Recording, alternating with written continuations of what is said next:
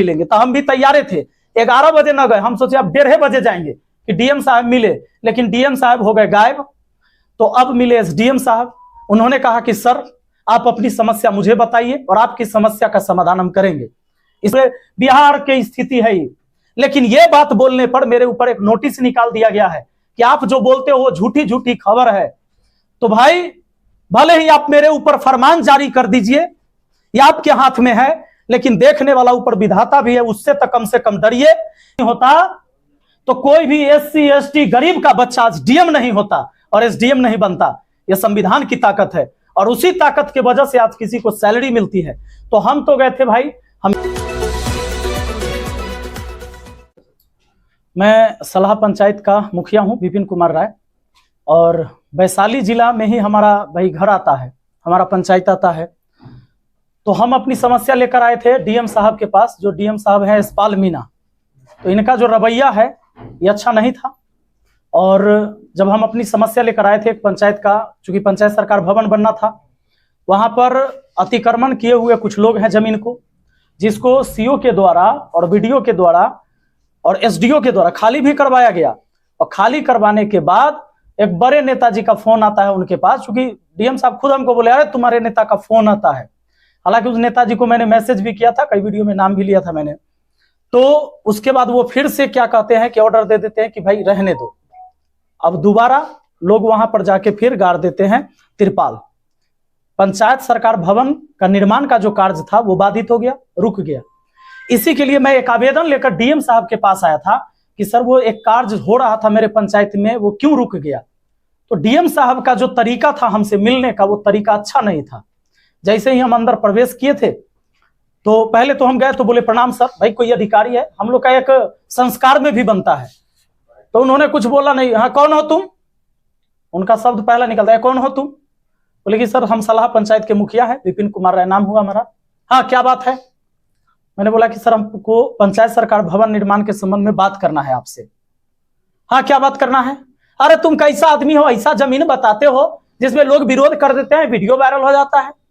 हम कि सर सरकारी जमीन बताया जाएगा ना आपको, सरकारी जमीन में ही पंचायत सरकार भवन बनेगा। और जो एनओसी दिया गया सीओ के द्वारा, उसके बाद ही तो वर्क ऑर्डर पास हुआ। तुरंत वो कहते हैं इसको बाहर निकालो। ये बात बुरा लगा, क्योंकि एक जनप्रतिनिधि हूं मैं, जनता का आवाज हूं। अगर जनता ने मुझे वोट देकर चुना है, इसका मतलब वो अपनी आवाज बनाया है मुझे। फिर उन्होंने दोबारा मुझसे पूछा कि तुम मुखिया है कि तेरी मां मुखिया है। मैंने बोला सर मैं ही मुखिया हूं। तो फिर उसके बाद भी उन्होंने कई सारे शब्द कहे कि तुम नया नया अभी मुखिया बने हो। उन्होंने पूरे बात करते टाइम में 3 बार बोला कि अरे इसको बाहर निकालो। लेकिन मैं सैल्यूट करता हूं उन जवानों को जिन्होंने मुझे, किसी ने जबरदस्ती बाहर नहीं निकाला। और उसके बाद हम उनको बोले कि कम से कम मेरा आवेदन तो ले लीजिए सर, हम लिख के लाए हैं, पढ़ लीजिएगा। कहे कि नहीं लेंगे। उनकी काहे नहीं लीजिएगा, तो नहीं लेंगे। तो फिर हम चले आए, हम बोले कि थैंक यू, धन्यवाद। हालांकि वही आवेदन आज दोबारा मैं लेकर आया था और मैंने लोगों से आह्वान किया था कि भाई आपकी भी अगर समस्या, ये मेरी समस्या थी, अगर वैशाली जिला के किसी भी व्यक्ति का समस्या है तो अपनी अपनी समस्या लेकर पहुंचिए डीएम कार्यालय आज 11 बजे। हजारों लोग आए यहां पर। जब हजारों लोग आए, बहुत सारे पुलिस प्रशासन की व्यवस्था भी थी, अच्छी बात है। मैं भी चाहता था कि कानून की धज्जियां न उड़े, जो सारी चीजें हो वो संवैधानिक तरीके से हो, और व्यवस्थाएं पूरा दुरुस्त था प्रशासन की। वहां पर बहुत सारे लोग पहुंचे, सब अपना अपना आवेदन लेके। हालांकि डीएम साहब गायब हो गए। अब पता ना काहे गायब हो गए, अब तो वही जानेंगे, आप लोग जाके पूछिएगा। क्योंकि इससे पहले मुझे पता चला था, कुछ लोगों ने बताया कि वीसी हो रहा था और कहा गया कि 1:30 बजे से मिलेंगे लोगों से। बहुत सारे लोग आवेदन लेके जब गए थे तो कहे कि 1:30 बजे से मिलेंगे, तो हम भी तैयारे थे। 11 बजे न गए, हम सोचे अब 1:30 बजे जाएंगे कि डीएम साहब मिले, लेकिन डीएम साहब हो गए गायब। तो अब मिले एसडीएम साहब। उन्होंने कहा कि सर आप अपनी समस्या मुझे बताइए और आपकी समस्या का समाधान हम करेंगे, इसकी जांच होगी, कार्रवाई होगी। तो मैंने उनको अपना समस्या बताया, अपना आवेदन दिया, उन्होंने आवेदन स्वीकार किया। और जितने भी लोग आए थे मैंने अपील भी किया कि भाई आप आवेदन दीजिए, चूंकि अब डीएम साहब तो गायब हैं, डीएम साहब है नहीं, तो आप उनको आवेदन दे सकते हैं।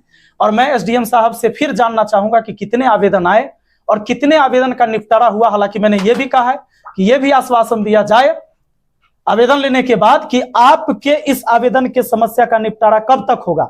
चाहे कोई भी व्यक्ति या तो वो राशन कार्ड बनवाता है, तो राशन कार्ड जब बनवाने जाएगा तो आप अप्लाई करिएगा, तो ब्लॉक की स्थिति यह है कि पहले रिजेक्ट हो जाएगा फॉर्म।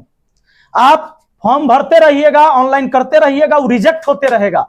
लेकिन जैसे ही किसी दलाल को पकड़िएगा, 5,000 रुपया दीजिएगा, फॉर्म एक्सेप्ट हो जाता है।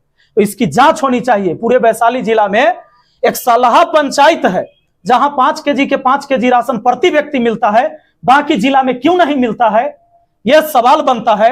और आप सबको पता है, मीडिया बंधु है, आप पता लगाइए, जब डीलर के यहां राशन बटाता है तो आप लोग को जाना चाहिए।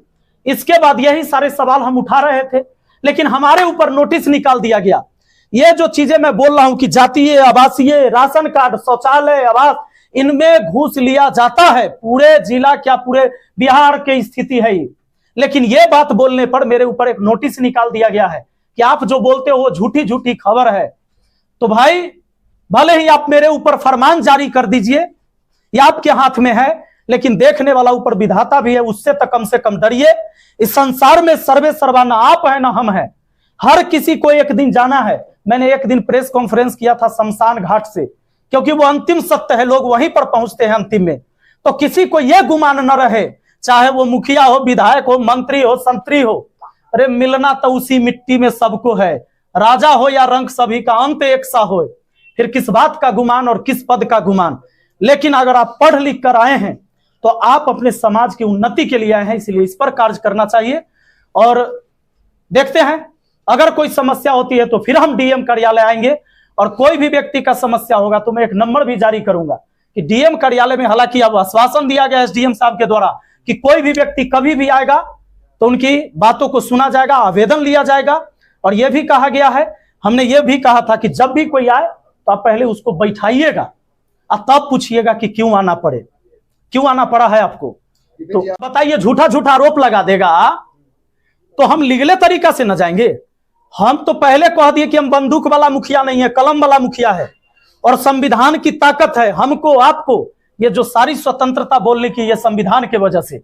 अगर ये संविधान नहीं होता तो कोई भी एससी एसटी गरीब का बच्चा आज डीएम नहीं होता और एसडीएम नहीं बनता। ये संविधान की ताकत है, और उसी ताकत के वजह से आज किसी को सैलरी मिलती है। तो हम तो गए थे भाई, हम लीगल तरीके से ही गए थे। खान सर का भी इन्वॉल्व इस मामले में हुआ था भाई, सिर्फ खान सर नहीं, जितने भी शिक्षित और समझदार लोग हैं उन सबका समर्थन था। जो भी समझदार लोग हो, वो पढ़े लिखे हैं या नहीं है, उन्होंने एक अक्षर पढ़ाई नहीं किया हो, उन लोगों का भी समर्थन था। वो भी वहां पर आए थे अपना आवेदन लेके, और ये दिखाने की अगर आप एक आवेदन नहीं एक्सेप्ट करेंगे तो समस्या देख लीजिए। और मैं डीएम साहब को फिर से कहना चाहूंगा कि एक दिन की इतनी समस्या है, अब जरा सोचिए कि अगर इतनी समस्या क्या आप डेली निपटारा करेंगे तभी वैशाली जिला का विकास होगा। आप कहते हैं कि हम इंदौर बना देंगे हाजीपुर को। कुछ दिन पहले आपने डस्टबिन वाला सिस्टम लाया था। अभी लोहिया स्वच्छ मिशन अभियान के तहत हर पंचायत को स्वच्छ बनाना है, और डीएम साहब ने खुद कहा कि हमें इंदौर बनाना है। आप बताइए, ये जो पॉपुलेशन तो बढ़ ही रहा है, छोड़िए पोल्यूशन, जो एयर इंडेक्स क्वालिटी आप देखिए, पटना से बेकार हो गया हाजीपुर का, कैसे आप इंदौर बना दीजिएगा? क्या मॉडल है आपका?